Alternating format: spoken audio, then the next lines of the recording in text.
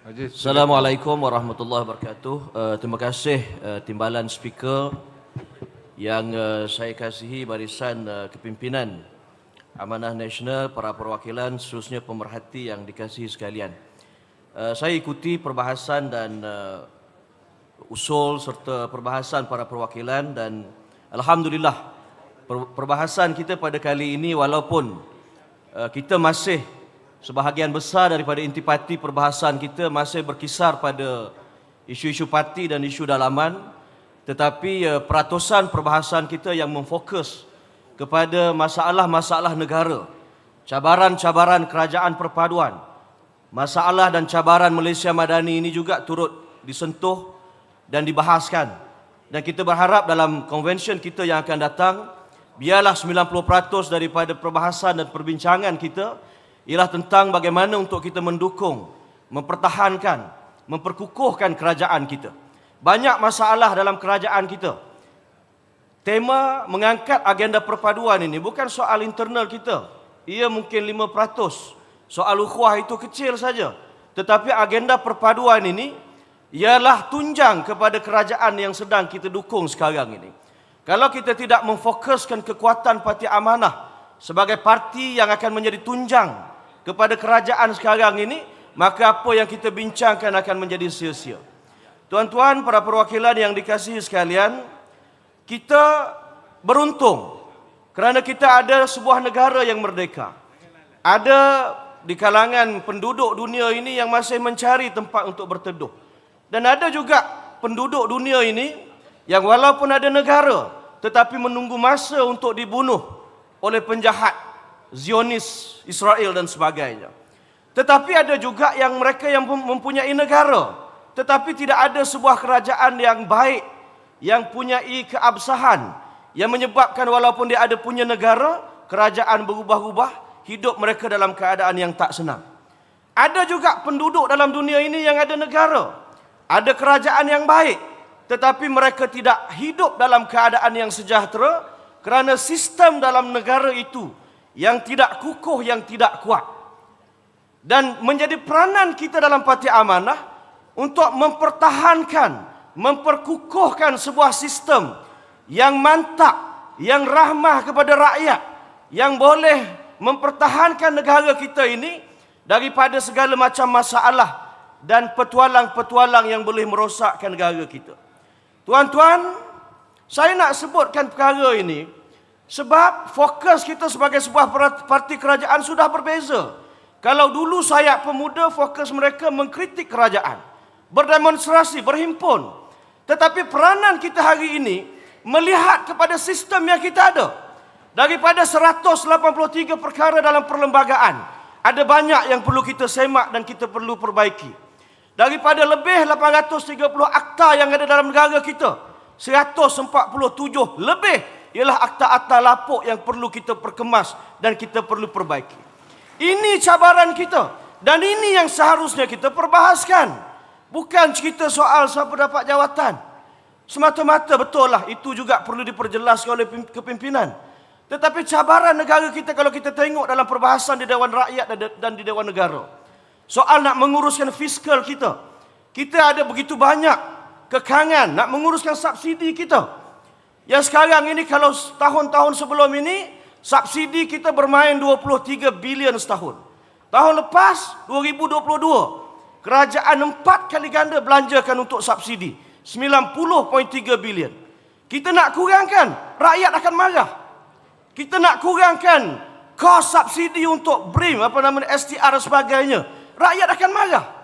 Perdana Menteri nak ambil keputusan yang yang bertanggungjawab, yang tak popular, rakyat akan marah. Siapa yang akan mempertahankan Perdana Menteri?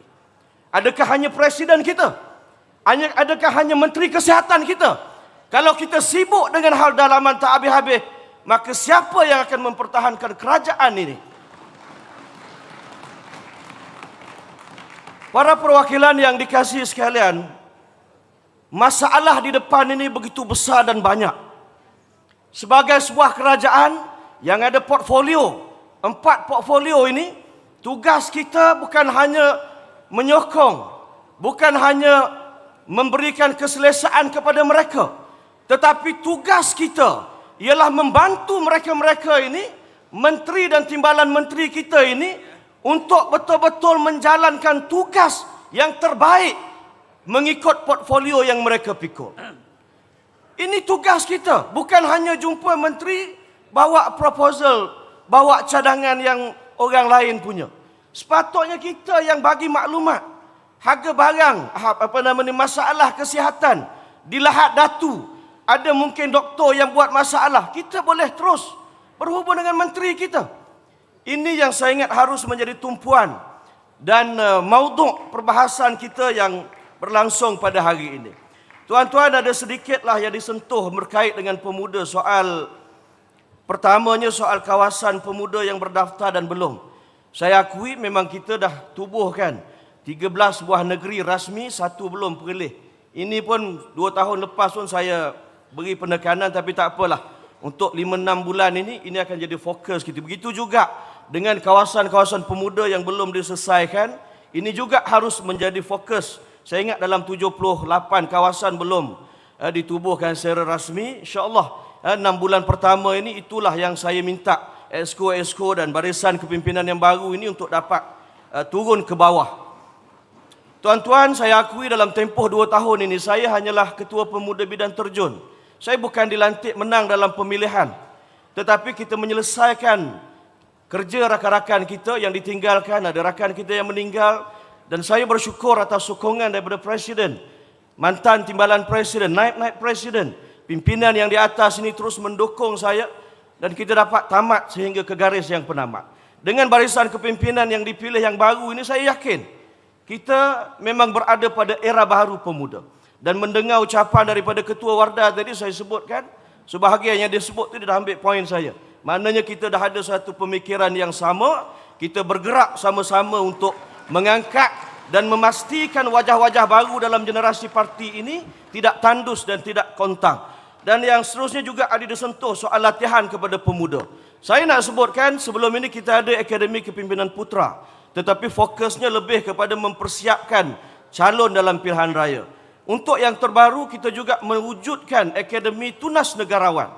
Tunas Negarawan ini fokusnya untuk semua yang belum menjadi ahli, mahasiswa, pelajar-pelajar tingkatan 5, tingkatan 6, kita harap mereka dapat ikuti Tunas Negarawan ini sebagai pusat ataupun tempat platform latihan pendidikan politik untuk menarik anak-anak muda bersama dengan kita. Dan kita dah mulakan, saya ingat sebulan lepas di Negeri Sembilan, sambutan belum cukup baik.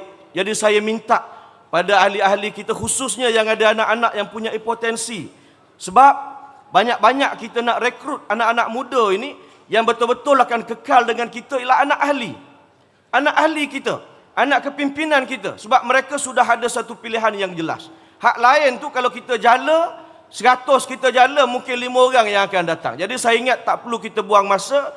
Saya harap tuan-tuan boleh berikan dan salurkan nama anak-anak ataupun adik-adik kita kepada pemuda untuk kita beri latihan dalam Tunas Negarawan. Dan yang terakhir mengenai latihan pemuda, kita juga mewujudkan Akademi Kepimpinan Salahuddin Ayub yang fokusnya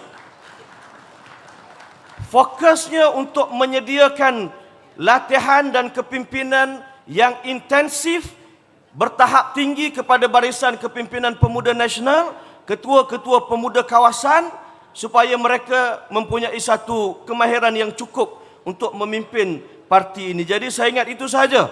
Terima kasih kepada semua. Mudah-mudahan parti yang diberkati, parti kita ini akan diberkati oleh Allah, dan pemilihan yang kita buat pada tengah hari ini ialah pemilihan yang akan menghasilkan kombinasi kepimpinan yang terbaik.